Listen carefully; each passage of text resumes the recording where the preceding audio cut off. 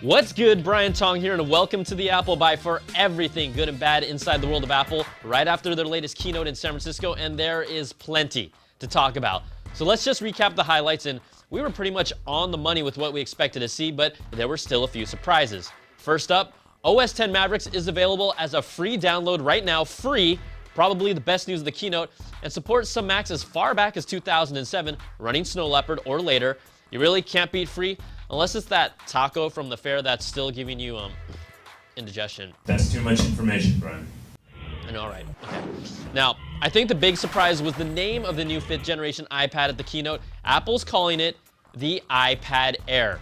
I know, it almost sounds like a bad joke, but this thing weighs only 1 pound, packs an A7 processor, improved Wi-Fi, shares design cues from the iPad mini. There's no Touch ID and no major revamp to the camera because people really shouldn't be taking pictures with their iPads anyways, and don't be this person.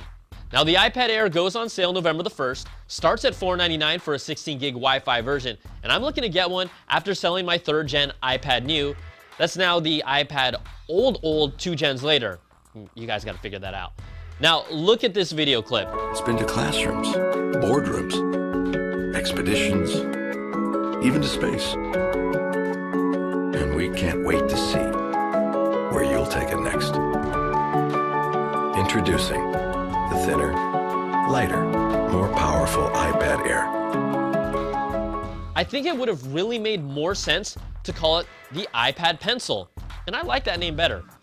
Now, the other no-brainer that had to happen was the announcement of the iPad mini with Retina display that also sports an A7 processor, improved Wi-Fi, and the same design. It sounds great, right?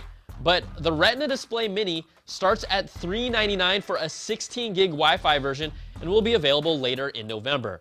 But what sticks out like a sore thumb is when you compare the mini Retina to something like the new Nexus 7 that starts at $229. Now, Apple is positioned as a premium product, I get that, but they're smoking something with that pricing, and there's a reason they're losing tablet market share. $399. Seriously? That's a bad Apple. And the iPad that has stood the test of time so far, the iPad 2. Apple's still selling it for $399 2+ years later. No one should buy this, and you're actually better off getting a refurbished iPad 4 from the Apple online store for $379 instead of a new iPad 2. Now, we also saw new Macs. The MacBook Pro Retina line gets a revamp with new Haswell processors, integrated Intel Iris graphics, and improved battery life. The 13-inch will get 9 hours of battery life, and the 15-inch will get 8 hours, but Apple typically is very modest with those numbers. Now, they're available now, and the 13-inch starts at $1299, while the 15-inch starts at $1999. Apple also showed off the new Mac Pro with its beefy next-gen Xeon processors, dual GPUs, and more. This is a powerhouse supporting 4K video on up to 3 monitors. I know it's not for everyone, but high-end graphics professionals will be drooling over this one, even if it's at $2,999 entry-level price point. Now, software is also focused at the keynote with new versions of iLife and iWorks. They'll be free when you purchase either a new Mac or iOS device. The iWorks suite gets a redesign across all apps, iCloud compatibility, and gives multiple users the ability to access and edit documents. iPhoto and iMovie get revamped with new tools and effects and sharing options, and GarageBand gets what Apple calls its biggest update ever, with up to 32 audio tracks and real-time collaboration. And there have been some updated redesigns for Apple's iOS apps, including Podcasts, thank you, Find My iPhone, and the iTunes Trailers app.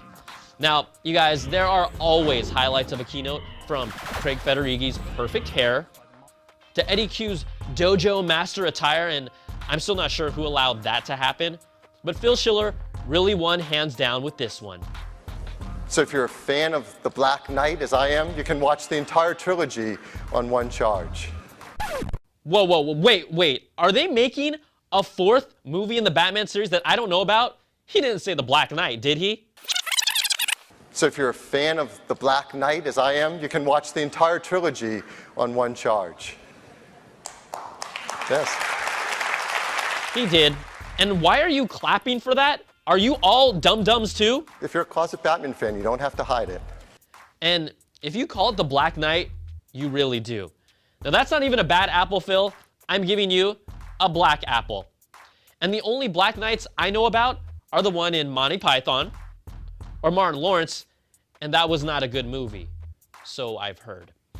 All right, let's get to our winners of our colored Mophie Juice Pack cases from last week. We asked you what you would do to win one of these sweet cases. Now, a lot of you freaks said you would do things naked or give me massages, but I decided against picking you. So congrats to our Twitter winners, Melvin Shannon Sr. and Sumit Katkar, who wants one because I bid on it.